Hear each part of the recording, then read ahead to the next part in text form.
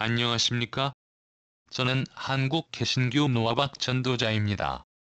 이웃교회의 참회 수복음을 찾아 한국 교회를 위하여 말씀 배달부 역할을 하고 있습니다.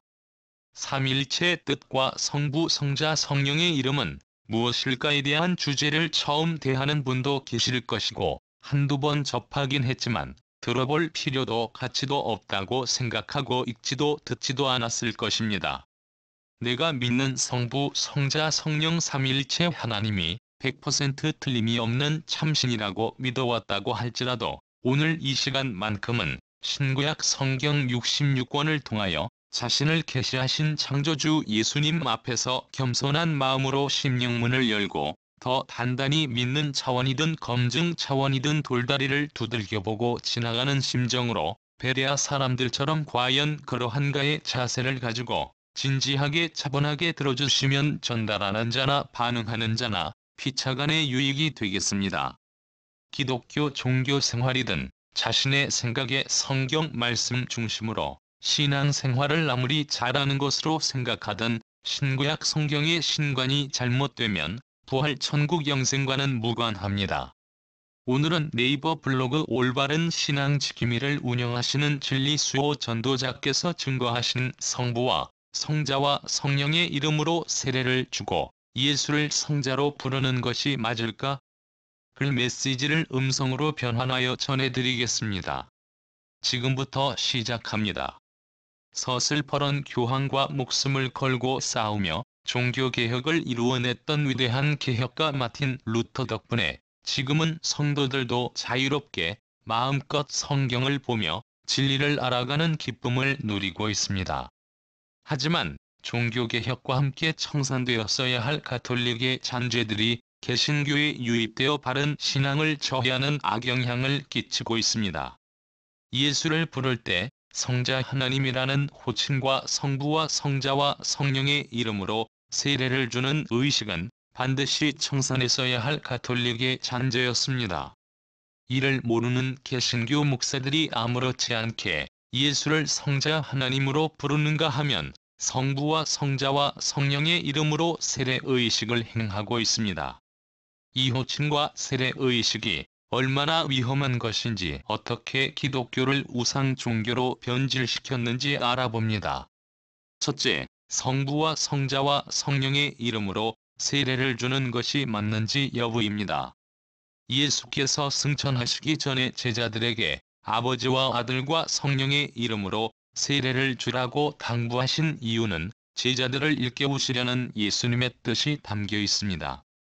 그러나 이름을 이해하지 못한 교회 지도자들은 아버지와 아들과 성령의 이름이 무엇인지도 모른 채 세례를 주고 있는 것입니다. 참으로 답답한 일이 아닐 수 없습니다. 분명히 이름으로 주라고 하셨음에도 아버지 이름을 그냥 아버지 즉 성부로, 아들의 이름은 아들 즉 성자로 부르며 세례를 주는 것입니다. 그렇다면 아버지의 이름이 그냥 아버지이고 아들의 이름도 그냥 아들이란 말입니까? 성경의 누님은 지도자들은 아버지의 이름을 아버지 즉 성부로 인식하고 아들의 이름을 아들 즉 성자로 부르면서 엉터리 세례를 주고 있습니다. 둘째, 세례의 의미가 무엇인지 안다면 이 세례가 왜 엉터리 세례인지도 알 수 있습니다. 세례는 죄 씻음을 상징하는 의식이며 예수와 합하여 죽고 함께 살아난 것을 의미하는 의식입니다. 로마서 6장 3절을 참고하십시오. 특히 사도행전 19장 5절 6절에서 제자들이 세례를 줄 때 성령이 임하셨습니다. 즉, 세례는 죄 씻음을 상징하고 성령의 임하심을 상징하는 중요한 의식인 것입니다. 그런데 예수 이름이 아닌 성부와 성자와 성령의 이름으로 주는 세례로 죄 씻음을 받고 성령이 임하겠습니까? 결코 그럴 수 없습니다. 오직 예수 이름만이 죄를 씻을 수 있습니다. 예수 이름 외에 천하의 구원을 받을 만한 다른 이름을 우리에게 주신 일이 없기 때문입니다. 사도행전 4장 12절을 참고하십시오. 따라서 예수 이름이 아닌 성부와 성자와 성령의 이름으로 주는 세례는 죄 씻음과는 전혀 무관한 가짜 세례인 것입니다. 지금도 가톨릭은 예수 이름을 성자로 대체해서 악하고 우상 숭배적인 가톨릭 방식의 세례 의식을 행합니다. 그런데 가톨릭을 뛰쳐나왔다고 주장하는 개신교에서 많은 소경 목사 교회들이 이를 따르고 있는 것입니다. 왜 예수께서 아버지와 아들과 성령의 이름으로 세례를 주라고 하셨는지 살펴봅시다. 마태복음 28장 18절 19절 20절 말씀. 예수께서 나와 일러가라사대 하늘과 땅의 모든 권세를 내게 주셨으니 그러므로 너희는 가서 모든 족속으로 제자를 삼아 아버지와 아들과 성령의 이름으로 세례를 주고 내가 너희에게 분부한 모든 것을 가르쳐 지키게 하라. 볼지어다. 내가 세상 끝날까지 너희와 항상 함께 있으리라 하시니라. 예수의 말씀은 말씀마다 깊은 뜻이 담겨 있습니다. 아버지와 아들과 성령의 이름으로 세례를 주라고 하신 이유도 제자들이 예수에 대한 믿음이 없었기 때문에 제자들을 일깨우시려는 의도가 담겨 있습니다. 예수께서 세례를 주라고 지시하신 바로 앞구절인 마태복음 28장 17절에서 보듯이 오히려 의심하는 자도 있더라 해서 제자들의 믿음 상태를 알 수 있습니다. 우리는 예수를 따랐던 제자들이 믿음이 좋았을 것이라 생각하지만 실은 믿음이 없었습니다. 예수께서 제사장 무리들에게 잡혀가실 때 제자들은 불불이 흩어져 도망가기 바쁘지 않았습니까? 그뿐만 아니라 예수의 무덤을 찾아간 마리아가 예수께서 부활하셨다는 소식을 전했으나 믿지 않았습니다. 마가복음 16장 11절에서 14절까지를 참고하십시오. 심지어 요한복음 21장 3절의 경우 부활하신 예수를 보고도 제자들은 물고기를 잡으러 갔습니다. 본래의 직업인 업으로 되돌아가 버린 것입니다. 직업이 문제가 아니라 예수를 금방 잊어버리고 외면했음을 지적하고 싶습니다. 이처럼 3년 이상 예수를 따랐던 제자들이 예수의 실제와 십자가 죽으신 이유조차 알지 못했던 것입니다. 예수께서는 그동안 제자들에게 당신 자신이 창조주의 근본이시며 그리스도이심을 무수하게 가르치셨지만 제자들은 까맣게 잊어버렸던 것입니다.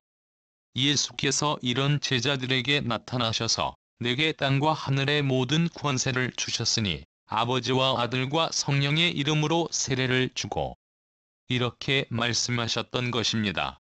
땅과 하늘의 모든 권세는 오직 하나님 아버지만 가지셨는데 예수께서 이 권세를 가지셨다고 하셨습니다. 그렇다면 예수님이 바로 아버지신 것입니다. 또 내가 세상 끝날까지 너희와 항상 함께 있으리라는 말씀도 예수께서 성령으로 다시 오시겠다는 말씀을 하신 것입니다. 이를 믿으시기 바랍니다.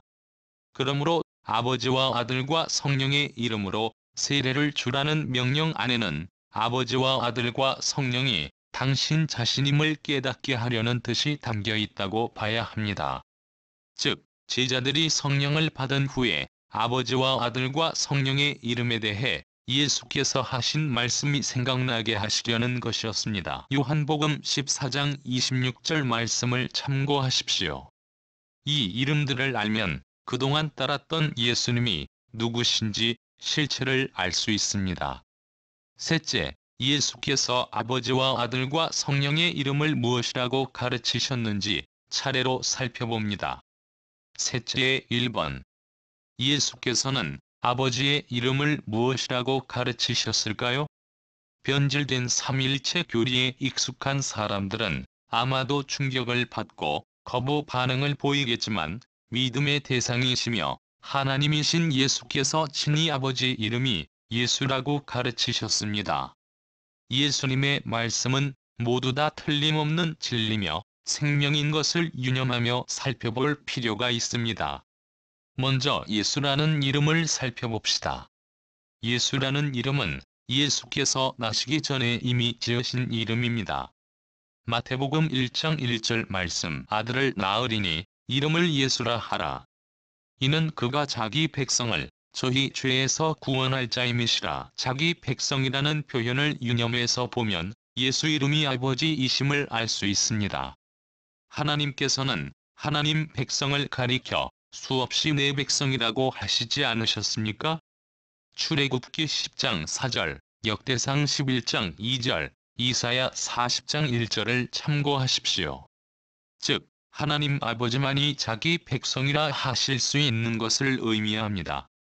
따라서 하나님의 백성이 곧 자기 백성인 예수께서는 당연히 하나님 아버지가 되시는 것입니다. 예수께서는 반복하여 요한복음 5장 43절에서 나는 내 아버지 이름으로 왔음에, 요한복음 10장 25절에서도 내가 아버지 이름으로 행하는 일이라고 하셨으며, 요한복음 17장 6절에서 내가 아버지의 이름을 나타내었나이다라고 하셨고, 요한복음 17장 26절에서는 내가 아버지의 이름을 저희에게 알게 하였고 라고 하시면서 예수라는 이름이 곧 아버지 이름이 됨을 반복하여 말씀하셨던 것입니다. 요한복음 10장 30절 말씀. 또 나와 아버지는 하나이니라. 요한복음 12장 45절 말씀. 나를 보는 자는 나를 보내신 이 아버지를 보는 것이다. 요한복음 14장 9절 10절 말씀. 나를 본 자는 아버지를 보았다고 하시면서 예수님 자신과 아버지가 한 분이심도 분명히 하셨습니다. 이사야 9장 6절에서 한 아이로 오실 예수에 대해 전능하신 하나님이라고 했고 영존하신 아버지라고 이사야가 전하지 않았습니까? 예수에 대하여 전능하신 아버지라고 증거했던 것입니다. 또한 예수라는 이름 자체가 아버지의 이름입니다. 예수라는 뜻이 구원하시는 여호와 또는 여호와는 구원이시다라는 뜻이기 때문입니다. 즉, 예수의 이름은 스스로 있는 자인 여호와라는 이름과 구원이 합성된 이름입니다. 스스로 자존하시는 여호와 한 분 외에는 모두 다 피조물입니다. 그러므로 구원하시는 여호와라는 뜻으로 지으신 예수라는 이름은 바로 하나님 아버지를 가리키는 것입니다. 셋째의 이번 아들의 이름은 무엇일까요? 예수이십니다. 하나님께서는 예수께서 나시기 전부터 이미 예수라고 지으셨습니다. 마태복음 1장 21절과 누가복음 1장 31절을 참고하십시오. 셋째의 3번 성령의 이름이 무엇인지 알아보겠습니다. 성령의 이름도 역시 예수이시며 예수의 영이십니다. 성령은 하나님의 영을 말합니다.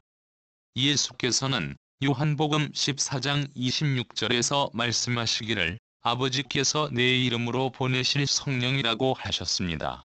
즉 성령의 이름도 예수이신 것입니다.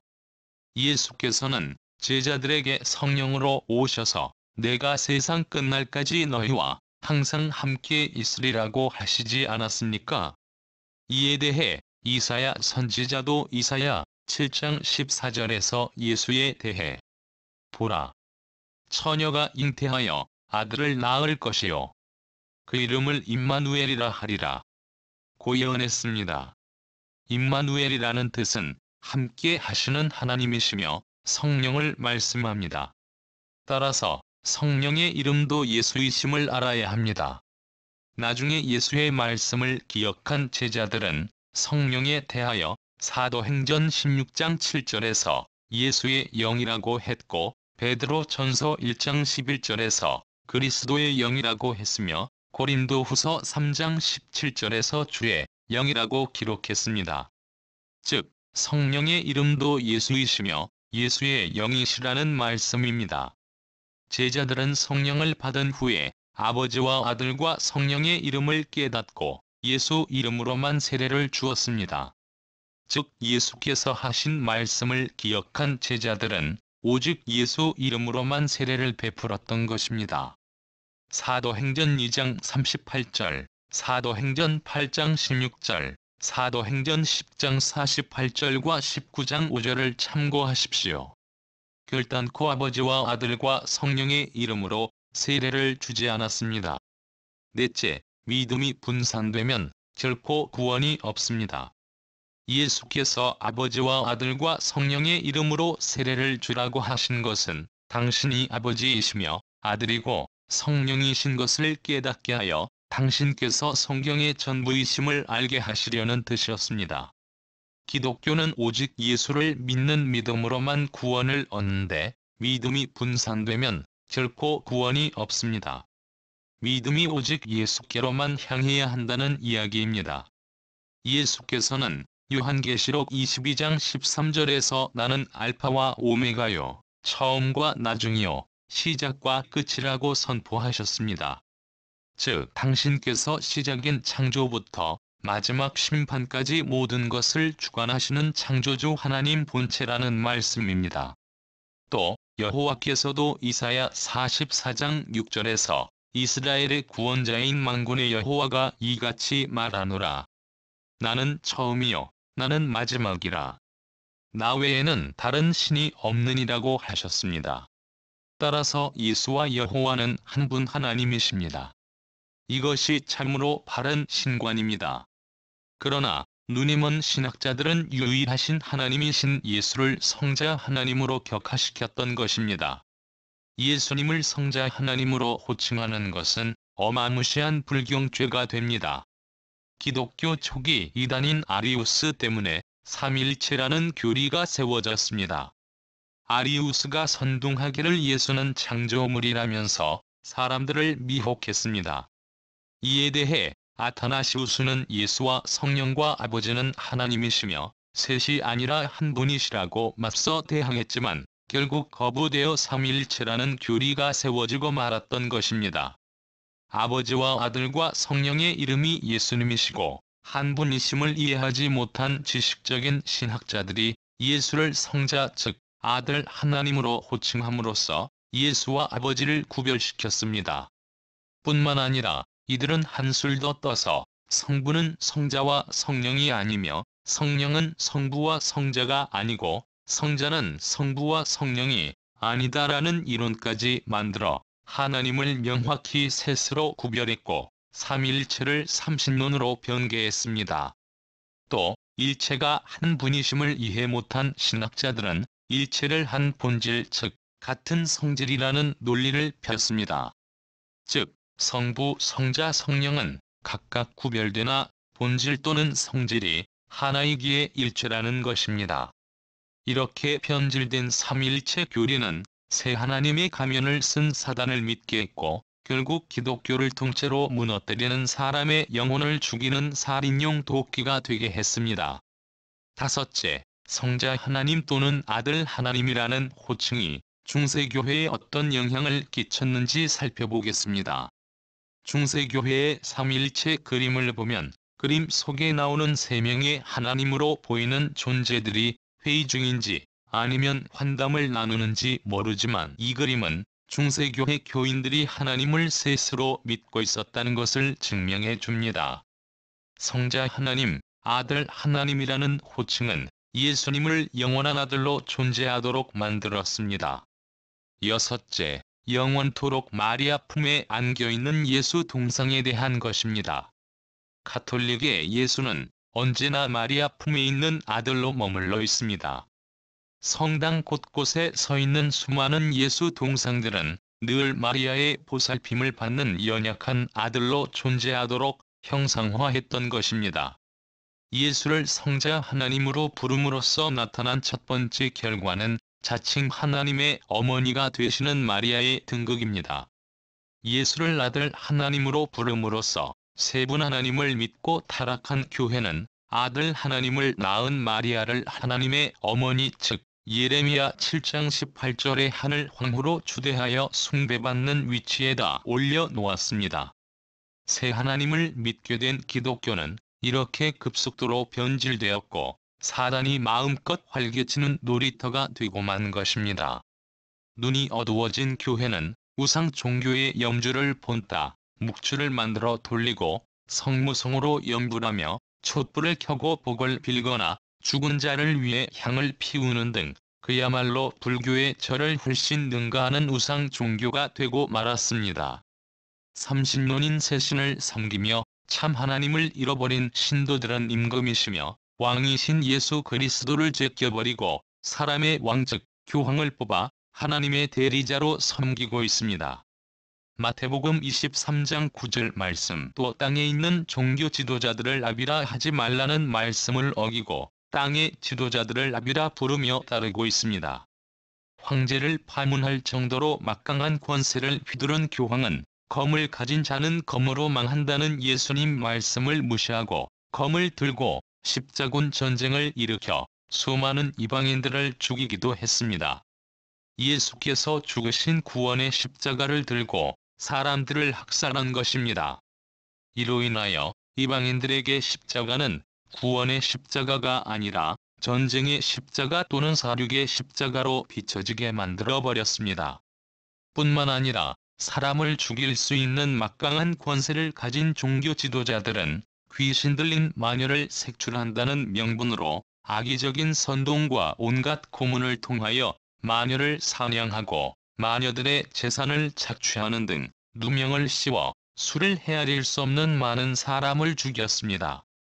우상 종교가 된 중세 기독교는 악마의 종교요 공포의 종교였습니다.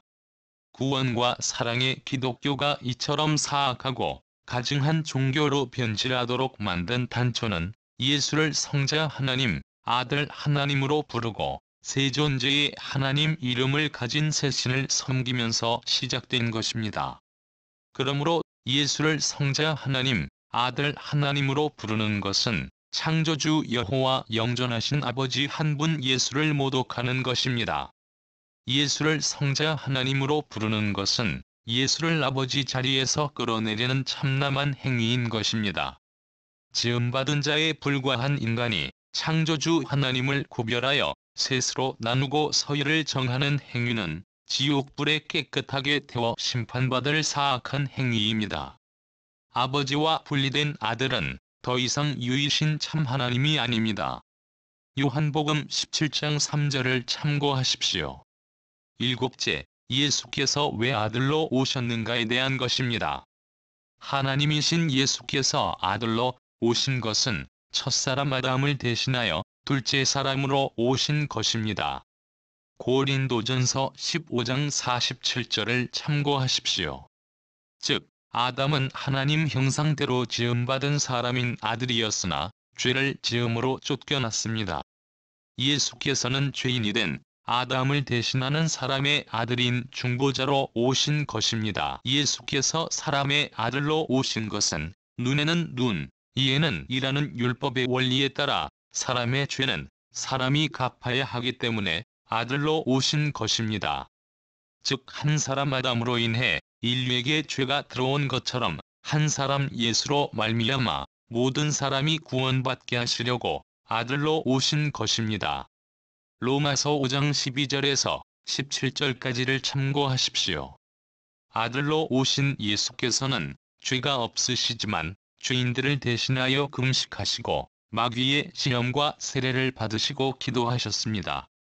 그리고 자기 백성들의 죄를 짊어지고 십자가에서 대속하심으로써 죄를 사하시고 구원하셨습니다. 즉, 예수께서 우리를 구원하시려고 죄 없는 사람으로 오기 위해 아들이 되신 것이지 성자 하나님으로 오신 것이 아닙니다. 따라서 본체가 하나님이신 예수를 아들 하나님으로 칭하는 것은 하나님을 둘로 나누는 것이며 성령을 회방하며 모독하는 죄가 됩니다. 빌립보서 2장 6절을 참고하십시오.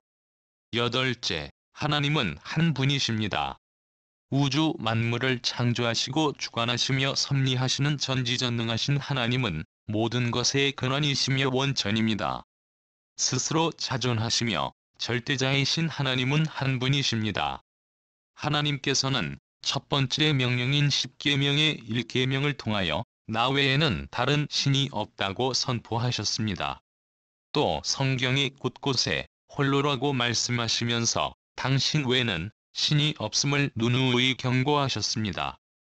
행여 하나님의 이름을 앞세워 속이는 다른 영 즉 사단 섬길 것을 염려하셨기 때문입니다.